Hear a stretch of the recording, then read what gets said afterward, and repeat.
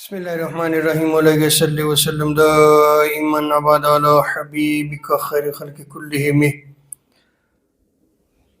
اللہ تبارک و تعالیٰ کا بے پایاں لطف و کرم اور احسان عظیم ہے کہ جس نے ہمیں آج کی سیرت النبی صلی اللہ تعالی وسلم کی بابرکت محفل میں اکٹھی ہونے کی توفیق عطا فرمائی۔ سب سے بڑھ کر یہ کہ ہمیں دولت ایمان سے بہرامند فرمایا۔ صحابہ کرام حضور تاجدار کائنات صلی اللہ تعالی وسلم سے محبت کیا کرتے تھے، اور وہ ہمیشہ آقا علیہ السلام کی بلند شان کو دیکھا کرتے تھے۔ اسی لیے جب آپ کتب احادیث کو کھنگال لیں، ان کا مطالعہ کریں، تو ہمیں یہی چیز نظر آتی ہے کہ صحابہ کرام حضور تاجدار کائنات صلی اللہ تعالی وسلم کے فضائل اور مناقب کو بیان کیا کرتے تھے،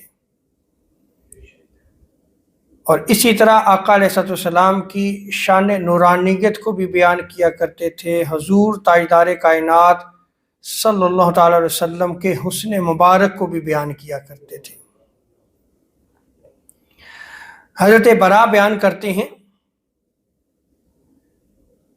کہ میں نے کسی ایسے شخص کو نہیں دیکھا جس کے گیسوئے دراز ہوں، یعنی زلفیں لمبی ہوں، اور سرخ پوشاک پہنی ہوئی ہو، یعنی سرخ لباس زیب تن کیا ہوا ہو، اور وہ حضور تاجدار کائنات صلی اللہ علیہ وسلم سے ہنسی ہو۔ نہیں، میں نے ایسا زندگی میں نہیں دیکھا۔ اب آپ اس روایت میں غور کریں کہ حضور تاجدار کائنات صلی اللہ علیہ وسلم سرخ لباس پہنتے ہیں، اور صحابہ کرام کیسے حضور تاجدار کائنات صلی اللہ علیہ وسلم کے حسن مبارک کو بیان کرتے ہیں۔ اور آگے آپ بیان کرتے ہیں کہ حضور تاجدار کائنات صلی اللہ علیہ وسلم کے بال مبارک کندھوں تک تھے۔ تو حضور تاجدار کائنات علیہ السلام کی زلف مبارک کے حوالے سے یہ بات یاد رکھ لیں کہ آقا علیہ السلام کی زلف مبارک یا تو کندھوں تک دراز تھی، یا جو ہے وہ کانوں کی لو تک آتی تھی۔ جیسے بخاری اور مسلم کی متفق علیہ روایت حضرت برا ہی بیان کرتے ہیں کہ حضور تاجدار کائنات صلی اللہ علیہ وسلم کی زلف مبارک کانوں کی لو تک تھی۔ اور یہ جو روایت میں آپ کے سامنے نقل کر رہا ہوں، اس میں حضرت برا ہی بیان کرتے ہیں کہ حضور تاجدار کائنات صلی اللہ علیہ وسلم کی زلف مبارک کندھوں تک تھی، اور آقا علیہ السلام کے کندھوں مبارک میں جو ہے وہ فاصلہ تھا۔ اور اسی طرح حضور تاجدار کائنات صلی اللہ علیہ وسلم کا قد مبارک نہ بہت لمبا تھا نہ بہت چھوٹا، یعنی حضور تاجدار کائنات صلی اللہ تعالی علیہ وسلم میانہ قد کے تھے۔ اور آگے حضرت برا بیان کرتے ہیں ما رأیت احد من خلق اللہ احسن فی حلۃ حمراء من رسول اللہ صلی اللہ علیہ وسلم، کہ لوگوں سن لو، میں نے اللہ تبارک و تعالیٰ کی مخلوق میں سے کسی کو سرخ لباس میں ملبوس حضور تاجدار کائنات صلی اللہ تعالی وسلم سے بڑھ کر حسین نہیں دیکھا۔ یعنی مخلوق میں سب سے زیادہ خوبصورت اور حسین حضور تاجدار کائنات صلی اللہ تعالی وسلم کی ذات مقدسہ ہے۔ تو اس روایت میں آپ غور کریں کہ صحابہ کس طرح حضور تاجدار کائنات صلی اللہ تعالی وسلم کے حسن مبارک کو بیان کرتے ہیں۔ حضرت انس بیان کرتے ہیں کہ حضور تاجدار کائنات صلی اللہ تعالی وسلم کے جسم اقدس کی خوشبو، اس جیسی خوشبو جو حضور تاجدار کائنات صلی اللہ علیہ وسلم کے جسم مبارک سے نکلتی تھی، نہ وہ خوشبو کسی مشک میں تھی نہ عنبر میں تھی۔ اور یہ یاد رکھ لیں کہ حضور تاجدار کائنات صلی اللہ علیہ وسلم کے جسم اقدس سے جو خوشبو نکلتی تھی یہ فطرتاً تھی۔ جیسے حضور تاجدار انبیاء صلی اللہ علیہ وسلم کے جسم اقدس سے جب پسینہ نکلتا تو اس پسینے سے بھی خوشبو آتی تھی۔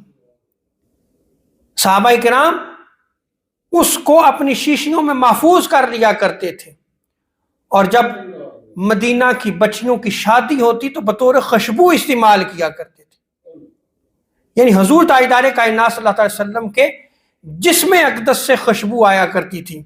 اور حضرت انس بیان کرتے ہیں کہ حضور تاجدار کائنات صلی اللہ علیہ وسلم کے جسم اقدس جیسی خوشبو تھی، ایسی خوشبو مشک میں تھی نہ عنبر میں اور نہ ہی کسی اور چیز میں، اور میں نے حضور تاجدار کائنات صلی اللہ علیہ وسلم کے جسم سے زیادہ ملائم نرم دیباج کو بھی نہیں پایا اور نہ حریر کو۔ یہ دیباج اور حریر ریشم کی اعلی اقسام ہیں۔ تو حضرت انس رضی اللہ تعالیٰ عنہ بیان کرتے ہیں کہ وہ نرمی جو حضور تاجدار کائنات صلی اللہ علیہ وسلم کے جسم مبارک میں تھی، وہ نرمی نہ دیباج میں تھی نہ حریر میں تھی۔ یعنی آپ دیکھیں کہ صحابہ کرام کس طرح حضور تاجدار کائنات صلی اللہ علیہ وسلم کے حسن مبارک کو بیان کر رہے ہیں۔ اور آگے دیکھیں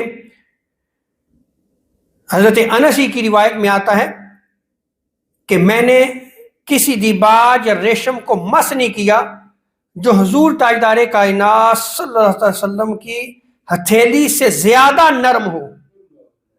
یعنی حضور تاجدار انبیاء صلی اللہ علیہ وسلم کی ہتھیلی مبارک اس قدر نرم تھی کہ ریشم کیا اس کے مقابلے میں نرم ہوگا، دیباج اس کے مقابلے میں کیا نرم ہوگا، اور نہ ہی مشک وغیرہ کی خوشبو حضور تاجدار کائنات صلی اللہ علیہ وسلم کی خوشبو سے بڑھ کر تھی۔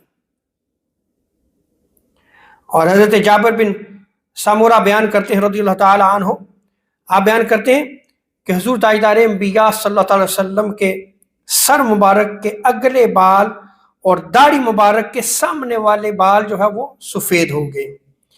جب حضور تاجدار انبیاء صلی اللہ علیہ وسلم تیل لگاتے تو وہ سفیدی معلوم نہیں ہوتی تھی، وہ سفیدی چھپ جاتی تھی، اور جب آپ صلی اللہ علیہ وسلم کے بال مبارک بکھرے ہوئے ہوتے تو پھر سفیدی معلوم ہوتی۔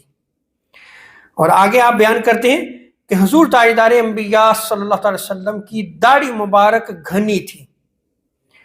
اور آگے بیان کرتے ہیں کہ ایک شخص نے پوچھا کیا حضور تاجدار کائنات صلی اللہ علیہ وسلم کا چہرہ انور تلوار کی طرح تھا، تلوار کی طرح روشن تھا؟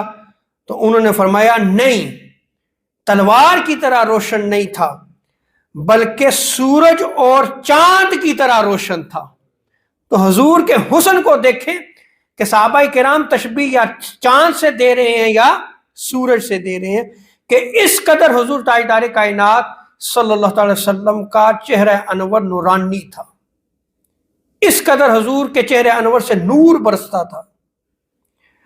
اور آگے آپ بیان کرتے ہیں کہ آپ تاجدار کائنات صلی اللہ علیہ وسلم کا چہرہ مبارک گول تھا، اور میں آپ صلی اللہ علیہ وسلم کے کندھے کے پاس کبوتر کے انڈے کے برابر نبوت بھی دیکھی، مہر نبوت کو بھی میں نے دیکھا، جس کا رنگ جسم کے رنگ کے مشابہ تھا۔ حضرت جابر بن سمرہ کہتے ہیں کہ میں نے اس مہر نبوت کو بھی دیکھا۔ تو دیکھیں کہ حضور تاجدار کائنات صلی اللہ علیہ وسلم کے صحابہ حضور کی شان کس طرح بیان کیا کرتے تھے، اس کو محفوظ کیا انہوں نے، اور آگے نقل بھی کیا۔ اور آگے دیکھیں حضرت عمر فاروق رضی اللہ تعالیٰ عنہ بیان کرتے ہیں کہ حضور تاجدار کائنات صلی اللہ علیہ وسلم مسکرائے، اور آپ تمام لوگوں سے بڑھ کر خوبصورت دہن والے تھے۔ یعنی جو آپ کا مسکرانا تھا، جو آپ کا تبسم فرمانا تھا، وہ بھی مخلوق میں سب سے زیادہ بڑھ کر حسین تھا۔ ان روایات کو بیان کرنے کا مقصد یہ ہے کہ ہمیں بھی چاہیے کہ ہم حضور تاجدار کائنات صلی اللہ علیہ وسلم کے حسن مبارک کو اپنی اولاد کے سامنے بیان کریں، تاکہ حضور تاجدار کائنات صلی اللہ علیہ وسلم کی محبت ہمارے آنے والے نسلوں میں پیدا ہو۔ اور میلاد حضور تاجدار کائنات صلی اللہ علیہ وسلم کا جو منایا جاتا ہے، اس کا مقصد بھی یہی ہے۔ اس میں حضور علیہ السلام کا میلاد بھی بیان ہوتا ہے، اور حضور کے فضائل اور مناقب کو بھی بیان کیا جاتا ہے۔ اور اس کا مقصد بھی کیا ہے کہ تاکہ ہماری نسلوں میں حضور کی محبت قائم اور دائم رہے۔ رب تعالی حضور تاجدار کائنات صلی اللہ علیہ وسلم کی محبت عطا فرمائے. وما علینا الا البلاغ المبین.